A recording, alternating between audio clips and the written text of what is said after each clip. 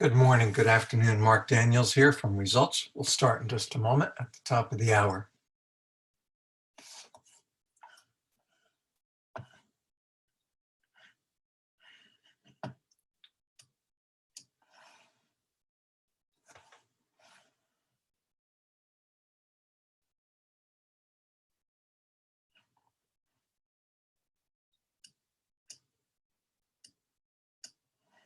Okay.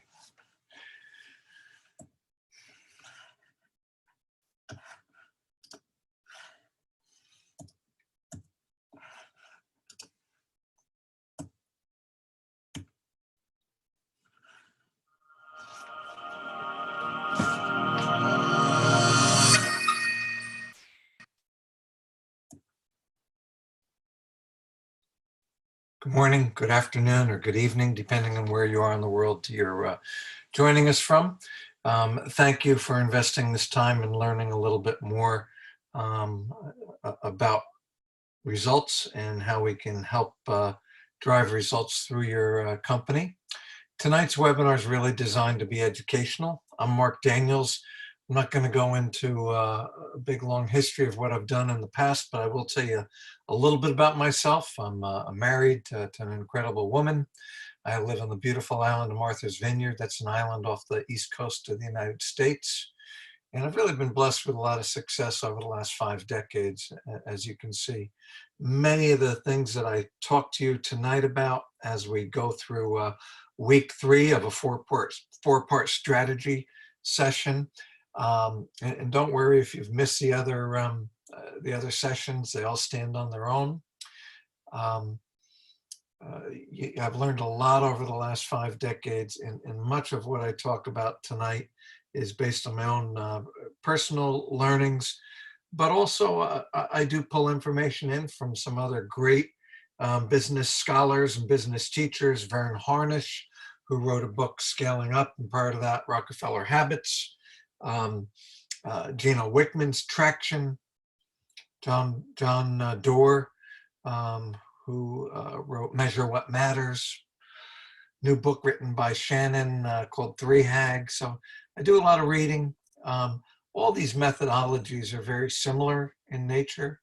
And what I try to do in these educational segments is really pull the best out and give you some tips and tricks as to how to really drive your business and drive success through your business. My passion, I truly love building companies and helping companies grow. So let's get going. Enough of that. Hey, so again, as I told you, this is a part of a 4-week session. Did Vision 2 weeks ago. Actually, I did Vision last week, so we're only in week 2 now. Did Vision last week. Did strategy, doing strategy today. Next week, execution. The week after, leadership. All very important. Vision is your dream, where you want to go, what you see yourself becoming. Strategy is probably the hardest part as far as hard work. Big investment in time and laying down a proper strategy. But very important. It's the underpinnings to everything you do. It's a foundational layer that you need to do to grow a successful company. Week 3, we talk about, next week, we talk about execution. What numbers should you track? How should you be driving your execution? And most importantly, week 4, I really touch on what it takes to be a successful leader when you have a vision, when you've put together a strategy, when you have all the execution components in place. How do you drive that as a leader? So today, putting down the actual strategy is one of the hardest parts. I'm not going to be able to go through everything about putting together a strategy.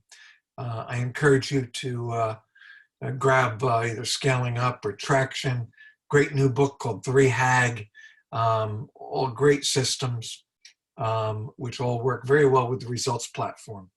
I'm not going to talk a lot about the platform today until the very end. I am going to give you a little infomercial on Results. The bulk of this webinar is going to be about education. So, good. 5 minutes. We're 4 minutes in. So last week we talked about vision. And just just to refresh vision, uh, who are we? Why do we exist? And what is our 10-year goal? And that's what we spoke about last week. Who are we? Why do we exist? And what is our goal? I'm not going to go into that today. Today we're going to go into strategy. And I love this quote, Lee Bowman quote: "A vision with strategy, without strategy remains an illusion." I mean, really, what is a vision? A vision is just a dream of where you want to go, a dream of what you see in the future. And that's what your vision is. But a vision without the strategy just remains that dream, or in this quote, remains an illusion. A lot of people don't realize that Pablo Picasso was also not a well-known writer. He kept a journal. He kept a daily journal. And in one of his journals, he wrote this quote. It's a direct handwritten quote. I've actually seen a photograph of this page. "Our goals can only be reached through the vehicle of a plan. There is no other route to success." Pablo Picasso. Every painting he painted, every drawing he drew, he would first write up a plan for what he was trying to accomplish. Amazing, huh? Our goals can only be reached through the vehicle of a plan. There is no other route to success. Pablo Picasso. It's so important to invest this time in laying down a proper strategy. And it's a big process. It's very challenging. It's very hard. It's not just a wish list. A strategy without a process is a little more than a wish list. So today, I'm going to go through the 7 parts of putting together a successful strategy. If you do use the results platform, they should look very familiar to you. You should have you have your vision, but your strategy. These parts here: geographic focus, our target customer, target market customer definition, value discipline, core activities, non-core activities, strategic positioning, brand promise, and our long-term 3 to 5 year goals. That's our strategy. And ironically, if we go back to our slide deck here tonight, there it is, target market. And we're going to go through each one of these areas. I'm going to spend a lot on target market customer because so many people spend so much time on designing the product, designing their offerings. I'm going to step back just a little bit here. Understanding what their core activity is. And I'm going to touch on these. But the target market customer is so important because once you figure out who your target market customer is, so many of these other decisions can be layered in on top of what your target market customer is. So let's spend a little time on the target market customer. Target market customer. Effective companies focus their marketing efforts to appeal to and serve a specific target.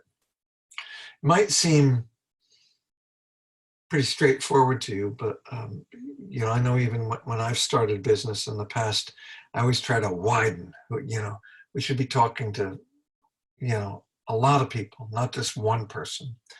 But when you narrow it down to a bullseye, at the center of your marketing should always be that bullseye. You become much more effective. It's the sweet spot that you can aim for with your product and service design and all your marketing communications. The best way to leverage when you really identify your target market customer properly. And it doesn't mean necessarily that you're not going to sell to those other people, or even that they will make up the majority of the sales volume, but it is your target market, your target person. It'll give the context. It gives your strategy so much more context.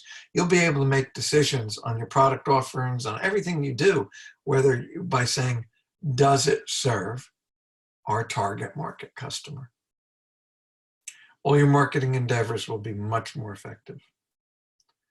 Let's talk about the bullseye.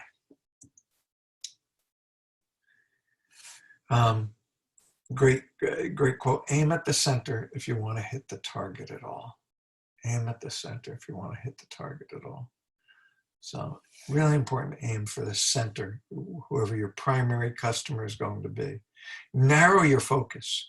People that have worked with me know I say this a lot. Narrow your focus. When you narrow your focus, you accomplish so much more. And this is, something, delight the few to attract the many. That was probably out of one of Phil Kotler's books. Delight the few to attract the many. Get very clear on who your target market customer is. And Phil Kotler, this is a quote right out of one of his books. There's only one winning strategy. Carefully define the target market and direct a superior offering to that target market. Carefully define the target market and direct a superior offering to that target market. By the way, Phil Kotler, I think, is still alive. He's in his 80s or 90s. He's from the Kellogg School of Management. Has written some really incredible books over the years. They're worth jumping onto Amazon and grabbing and listening to them. There's 2 or 3 really just great books. He really gets how to define your target market. Next, when you have a clearly defined market, things become a lot more clear. I love this comic strip here. The way forward is clear and there's lines going every which way. Obviously, that company does not have a clearly defined target market because there is no forward way. It's not clear. When you have a clearly defined target market, your product and your offerings have much more clarity and focus. You know exactly who you're building it for. Who are we building this for? You know who it is. When you have a clearly defined target market, your communications are more effective. You know exactly who you're talking to. And when you have a clearly defined target market, your target customer perceives you as an expert in meeting their needs. In other words, they hear you, they see your company, and they say, this company's talking to me. They're talking directly to me. When they get that feeling, they're much more likely to choose you. It resonates with them. They believe you. You're credible. Keyword there is resonates with them. They perceive you as the expert in that area and meeting their needs. Purple Cow, another great book. A friend of mine reminded me of it recently, and I pulled it off the shelf and reread it. I recently was in New Zealand, and I'm driving through the mountains of New Zealand, and you drive along and you either see the mountains covered with sheep or you see them covered with cows. And the first time or two you stop, and it's really pretty cool. Mountain covered with all these sheep or all these cows, but after a while, every mountain's the same. But let me tell you, if you saw a purple cow, you'd slam on the brakes of that car, pull over and look at that purple cow. So Seth Godin wrote this book, The Purple Cow, and he says when you're positioning your brand, you should stand out like a purple cow. In other words, you have to differentiate yourself from the market. So stand out like a purple cow. Don't cater to the masses, rather cater to your ideal target market customer.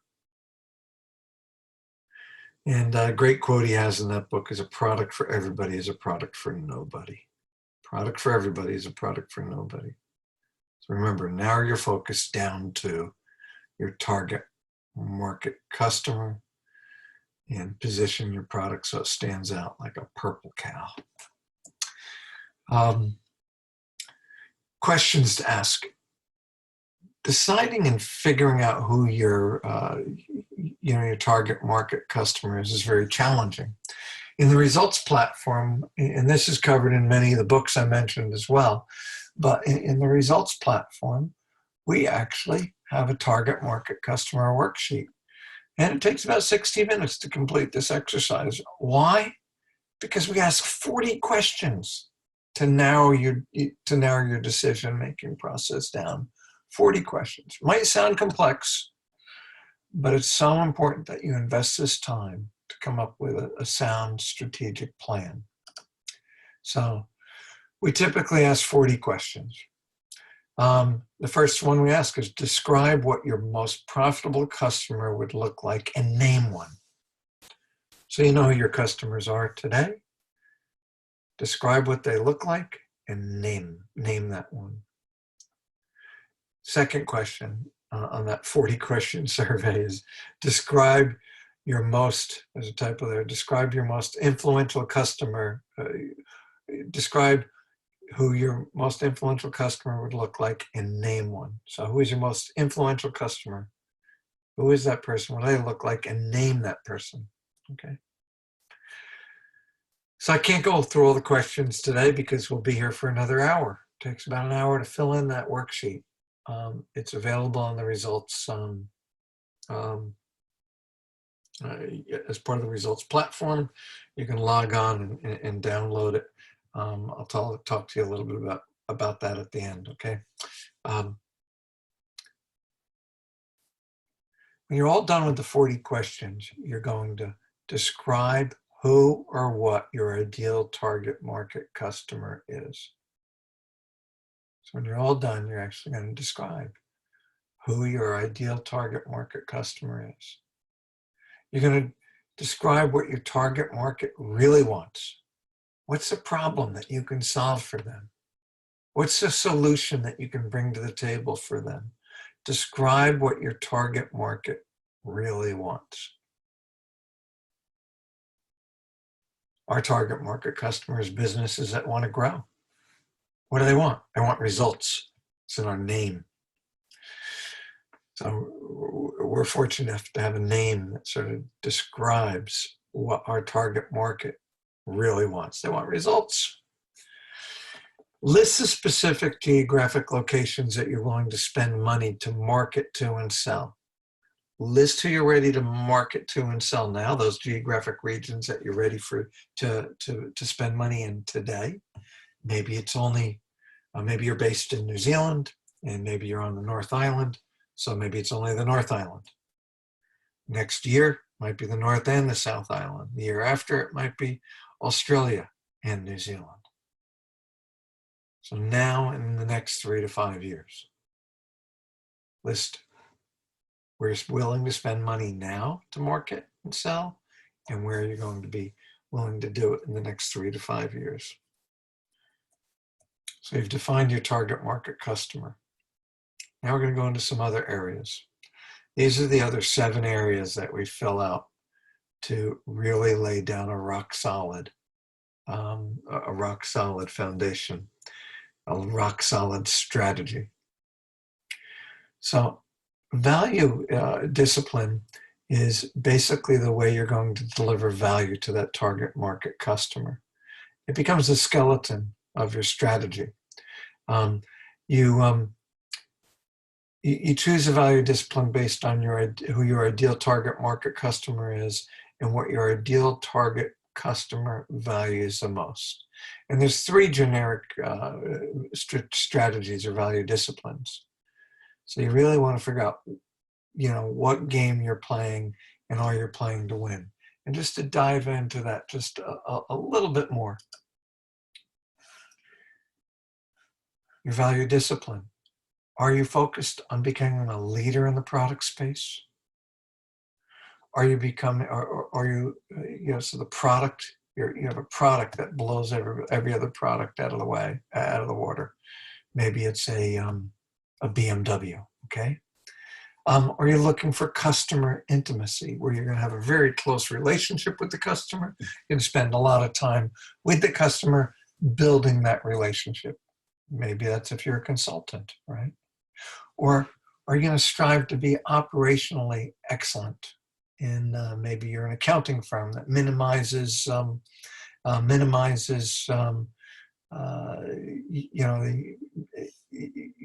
really operationally, you're minimizing things that they do. So you have to figure out what your value discipline is.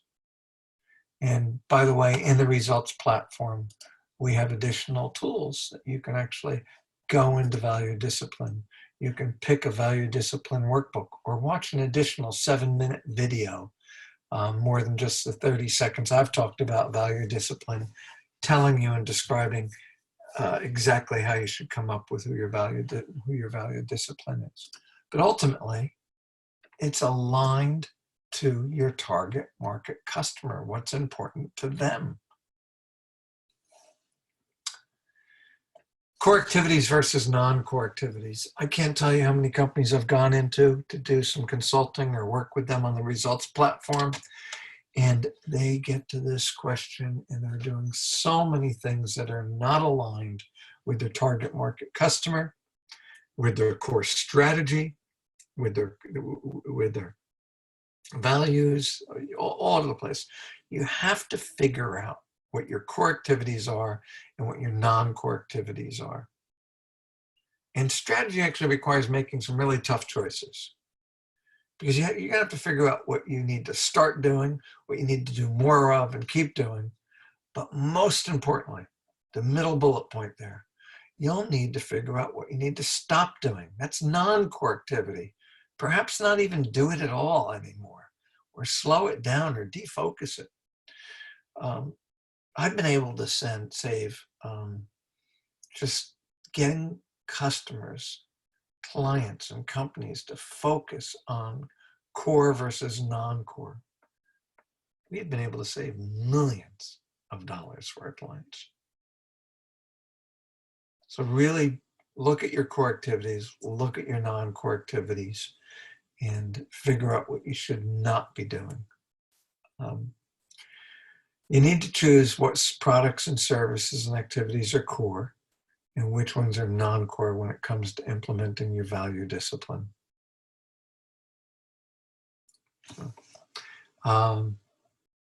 Strategic positioning. This is the concept you want your customers to think of when they hear your brand name. Again, we have a great name, Results BI, Results Business Intelligence.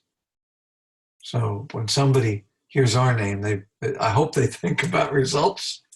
And if they use our package, I know if they use our platform, I know they think about us as results. So that's what they should think about. But it's a piece of mental real estate that you can own in the mind of your target customer, your strategic positioning statement. It's a statement of who you are. So I love doing strategic positioning statements. They're fun to do. If you haven't done a strategic positioning statement, I encourage you to do that. By the way, if you haven't done a strategic plan, you really have to. This is the last quarter of the calendar year. We're going to be entering 2020. Strategy is so important.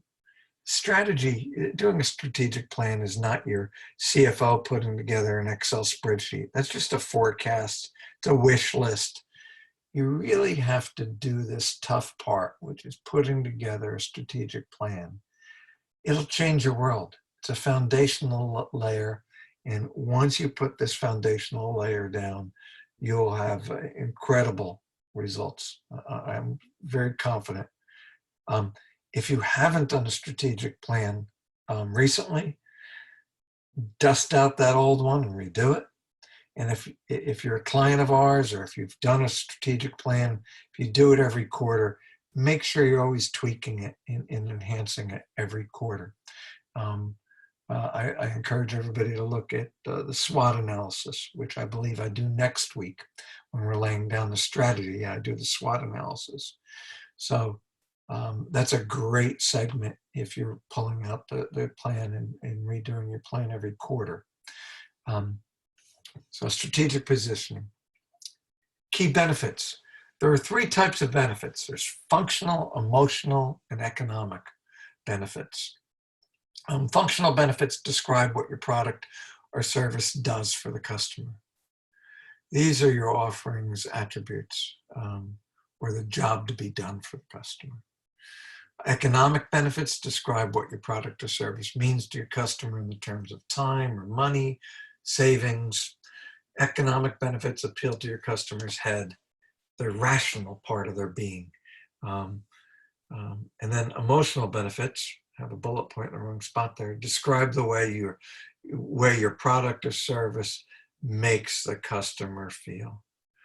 Those emotional benefits appeal to your customer's heart, which is why they are the most powerful. The emotional benefits are always the ones with the biggest leverage. Functional are good. Economic can be very, very strong, but typically emotional benefits are the ones that really get somebody across the line when they're emotionally attached to your product. I know people that are emotionally attached to their Apple iPhone or to the Apple product line. They're not looking at the economic benefit. They might be looking at the functional benefit, but they're emotionally in love with with the Apple platform. So emotional benefits are really big. Brand promise. This is a blunt, overt, compelling offer that you're going to put in front of your target market customers. Blunt, overt, compelling. What is your brand promise? Should be derived from and supported by your 3 key benefits. Remember, the 3 key benefits are functional benefit, economic benefit, and emotional benefit. So you have 3 key benefits there in your strategic plan. And from that, you're going to derive your brand promise. Brand promise will tell your target customer what they can expect to receive from your brand. Again, I love our company name. Results. That's our brand promise. I'm oversimplifying it. Long-term strategic moves. So important to start to come up with your long-term strategic moves. Your 3-year goals, your 3 to 5 year goals. Vern Harnish and Gina Wickman talk about 3 to 5 year goals. 3Head talks about really pinning down your third year, where you want to be after 3 years. So important because you need to have a direction where you're going. So you need to figure out what you're going to do for those next 12 quarters, right? And you need to know where that 3 to 5 year target threshold is going to be. So usually when I go through 5 long-term strategic moves, I do a 5 competitive forces analysis. This is again covered in our platform. There's a workbook that you can download and look at this. But the competitive forces analysis are competitors, new entrants, substitutes, suppliers, and customers. I also strongly recommend today, more so than even a year or 2 ago, that you do a pest analysis. Political, economic, social, and technological. Let me tell you, if you're following politics in this world today, tariffs, whether you're attending this webinar from the US, New Zealand, Australia, or wherever you are in the world, the political ramifications, the political climate is really pretty intense right now. That's going to have profound effects on economic, perhaps social, and technology, we're changing at such a rapid pace. So pest analysis is so important. You identify, your long-term strategic moves. You will identify the major opportunities and threats facing your business, as well as potential strategic moves you could take to address these issues. So you want to start to identify your long-term strategic moves. when you're all done with your strategic analysis, you'll need to choose the top 3 big strategic moves you will make within the next 3 to 5 years to position your organization for future industry success, your long-term strategic moves. So thank you. I try to keep these to 30 minutes, 40 minutes on the high side. I hope you saw something today that's going to learn something today that's going to help you grow your business. Did tell you I was going to give you a brief infomercial at the end. The Results BI one-page strategy plan. It's just $30 a month. It's $1 a day, and that includes for up to 5 users. So for you and up to 4 of your executives, for $1 a day, you can use the Results strategic planning tool. That's what it looks like when you log on. This will be empty. This one's 100% complete. And I'll bring you through the areas that we've been talking about. Last week, we talked about core values, core purpose, 10 years. This year, we talked about geographic focus and target market customer description, value discipline, core activities, non-core activities, strategic positioning, brand promise, and our long-term 3 to 5 year strategic goals.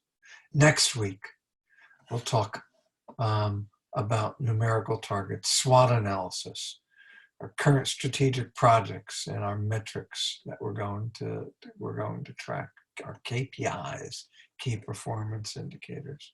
The week after, we talk about leadership. This platform provides an excellent framework for putting together your plan and monitoring and tracking your success moving forward. It includes live KPIs. These can be linked right to your Salesforce, to your QuickBooks, to your Xero accounts. So super powerful platform, $1 a day. Truly, I believe it's a no-brainer. If you're already a client of ours, I want to thank you. If you haven't revisited your one-page plan, or perhaps you're a client using our dashboard or using our system for meetings, but you've never filled out the one-page plan, I encourage you to do so. And teachings down the side, learnings, complete with videos and workbooks to help guide you through this process. $1 a day. Hey, sign up for the balance of the webinars. We have a great one coming up next week on execution. We'll be talking about SWOT analysis. I do something special with SWOT. I do the S and the W, and then I pause. We do an intermission, and we look at industry trends and global trends, and very, very important component of what I believe every SWOT analysis should include: strengths, weaknesses, opportunities, and threats, but with trends. And in the final week, we do leadership. It's easy to see your vision, challenging to put together a solid strategy, somewhat challenging to put together a good execution layer. Leadership is where most companies fall down. 90% of business strategic plans fail due to poor execution. So execution and leadership are the most important components because you can put everything together. So I really encourage you to sign up for the next 2 webinars. Also, finally, a special offer. Sign up for the one-page plan, and I'll do a one-on-one with you. I'll do a 1-hour review of your plan. It can either be on an area that you found challenging, an area that you need help on, or we can dive right in and do a SWOT analysis together. To tremendous value. It's only available for the first 10 signups. So I encourage anybody that's on tonight to sign up. We do not even ask for a credit card and sign up. You have a 14-day free trial before it even asks you for that credit card on the 15th day. So I really encourage you, kick it off tonight. I want to thank you. Again, I'm Mark Daniels. I'm the CEO of Results BI, and I'm wishing you all results. Have a great rest of the day. Bye-bye.